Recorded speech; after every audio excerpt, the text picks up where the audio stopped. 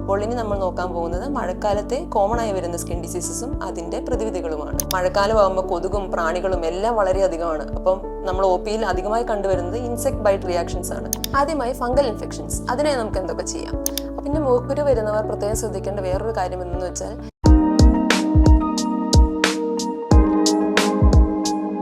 Hi, ഞാൻ doctor Femina, Smitha memorial hospital തൊടുപുഴയിൽ consultant ഡെർമറ്റോളജിസ്റ്റായി work ചെയ്യുന്നു.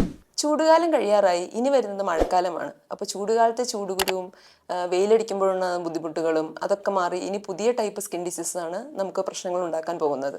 അപ്പോൾ ഇനി നമ്മൾ നോക്കാൻ പോകുന്നത് മഴക്കാലത്തെ കോമൺ ആയി വരുന്ന സ്കിൻ ഡിസീസസും അതിൻ്റെ പ്രതിവിധികളുമാണ്. അപ്പോൾ ആദ്യം തന്നെ ഏറ്റവും കോമൺ ആയി നമ്മൾ മഴക്കാലത്ത് കാണുന്നത് ഫംഗൽ ഇൻഫെക്ഷൻസ് ആണ്.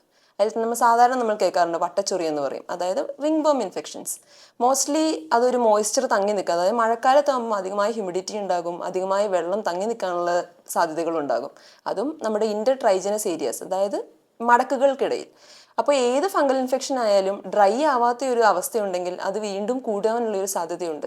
അപ്പോൾ കഷങ്ങളുടെ ഇടയിൽ, ഗ്രോയിൻ ഏരിയാസ്, അല്ലെങ്കിൽ മാറിടങ്ങളുടെ അടിയിൽ, അല്ലെങ്കിൽ പിന്നെ ഉള്ളത് നഖങ്ങൾക്ക് വരാൻ, അതായത് ഒണൈക്കോമൈക്കോസിസ്. അപ്പോൾ ഇങ്ങനെയുള്ള ഫംഗൽ ഇൻഫെക്ഷൻസ് കൂടാനുള്ള ചാൻസ് മഴക്കാലത്തുണ്ട്. പിന്നെ രണ്ടാമത് പറയുകയാണെങ്കിൽ ആക്നെ ഉള്ള പേഷ്യൻസിന് അതൊന്ന് എക്സസർബേറ്റ് ചെയ്യാൻ മഴക്കാലത്ത് കാണാറുണ്ട് നമ്മളങ്ങനെ. അതിന് കാരണം എന്താണെന്ന് ചോദിച്ചാൽ, ഹ്യൂമിഡിറ്റി കൂടുമ്പോൾ ഓൾറെഡി നമ്മുടെ ആക്നെ നമുക്കറിയാം, ആ ഒരു സെബേഷ്യസ് ഗ്ലാൻസിൻ്റെ അധികമായി സെബം പ്രൊഡക്ഷൻ കാരണമാണ് ആക്നെ വരുന്നത്.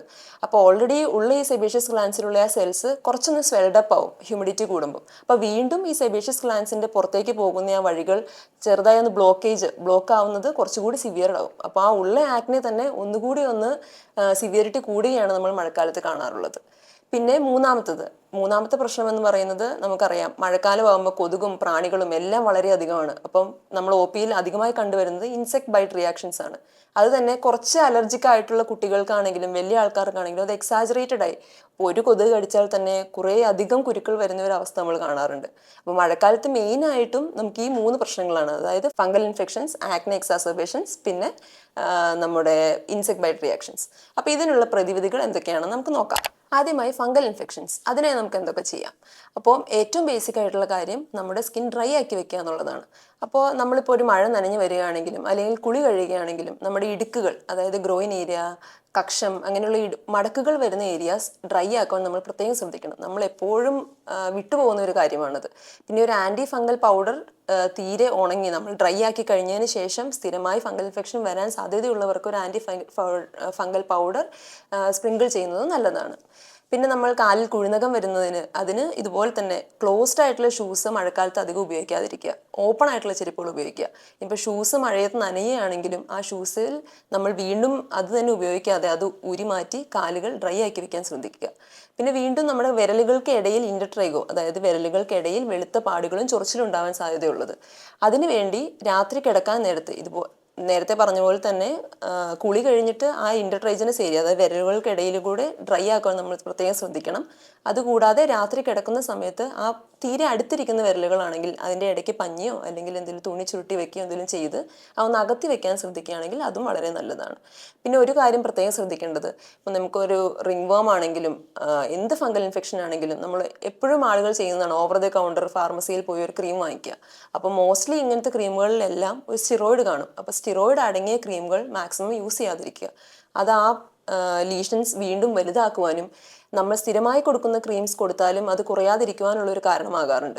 അപ്പോൾ എപ്പോൾ ഒരു സ്കിൻ ലീഷൻ നമുക്ക് ഫംഗൽ ഇൻഫെക്ഷൻ ആയിക്കൊള്ളട്ടെ, അത് ഡോക്ടറെ കൺസൾട്ട് ചെയ്ത് മാത്രം ട്രീറ്റ്മെൻറ്റ് എടുക്കാൻ ശ്രദ്ധിക്കുക.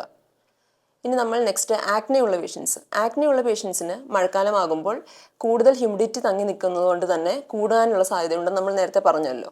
അപ്പോൾ മുഖം കുറച്ചുകൂടി വൃത്തിയാക്കി വെക്കാൻ നമ്മൾ ശ്രദ്ധിക്കണം. ഇപ്പോൾ 2 നേരം ഫേസ് വാഷ്, അതായത് ചെറിയ ഒരു മൈൽഡ് എക്സ്ഫോളിയൻ്റ് അടങ്ങിയ, അതായത് സാലിസിലിക് ആസിഡ് പോലെയുള്ള കണ്ടൻസ് ഉള്ള ഫേസ് വാഷുകൾ 2 നേരം ഉപയോഗിക്കാൻ ശ്രദ്ധിക്കുക.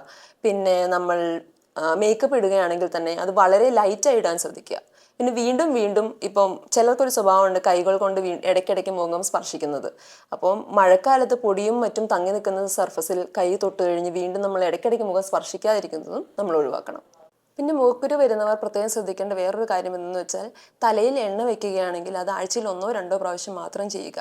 ഇപ്പോൾ എല്ലാ ദിവസവും എണ്ണ വയ്ക്കുന്ന ശീലമുള്ളവരാണെങ്കിൽ അത് മുഖത്തേക്ക് ഒഴുകുവാനും തന്മൂലം മൂക്കുരു വർദ്ധിക്കുവാനുള്ള ഒരു കാര്യം നമ്മൾ കാണാറുണ്ട്. ഇനി അടുത്തത് നമ്മൾ സ്ഥിരമായി കാണുന്നത് ഇൻസെക്ട് ബൈറ്റ്സ്, അതായത് പ്രാണികൾ കടിക്കുന്നത്. അപ്പോൾ അതിന് നമുക്ക് എന്ത് ചെയ്യാൻ പറ്റും? നമ്മൾ മാക്സിമം കവേർഡ് ആയിട്ടുള്ള ഡ്രസ്സുകൾ ഇടാൻ ശ്രദ്ധിക്കുക. ഇപ്പോൾ നമ്മൾ പുറത്തേക്കൊക്കെ ഇറങ്ങുകയാണെങ്കിലും ഫുൾ കൈ, അതായത് കവേർഡ് ആയിട്ടുള്ള ലൂസ് കോട്ടൺ ഡ്രസ്സുകൾ ധരിക്കാൻ ശ്രമിക്കുക. പിന്നെ ഒരു സന്ധ്യാസമയം കഴിഞ്ഞാൽ വിൻഡോസ്, നമ്മുടെ ജനലുകളും വാതിലുകളും അടച്ചിടുക. അകത്തേക്ക് അധികം പ്രാണികളെയും കൊതുകുകളെയും കയറാതിരിക്കുക. പിന്നെ നമുക്ക് ചെയ്യാൻ പറ്റുന്നത് മോസ്കിറ്റോ നെറ്റുകൾ ഉപയോഗിക്കുക. അതുകൂടാതെ മോസ്കിറ്റോ റിപ്പല്ലൻ്റ് ക്രീംസും യൂസ് ചെയ്യുന്നത് നല്ലതായിരിക്കും.